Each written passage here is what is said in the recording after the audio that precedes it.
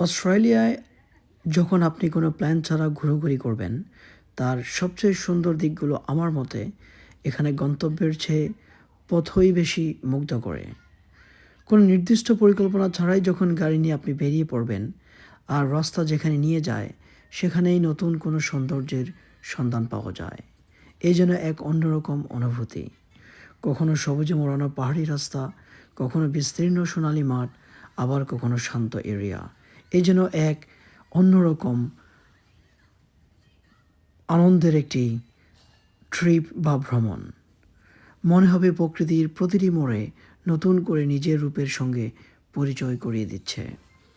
কোথাও থেমে এক কাপ গরম কফি, আবার কোথাও নির্জন কোনো ভিউ পয়েন্টে দাঁড়িয়ে সূর্যাস্ত দেখা, আবার কোথাও নাম না জানা ছোট্ট কোনো গ্রামে কয়েক মুহূর্তের জন্য হারিয়ে যাওয়া।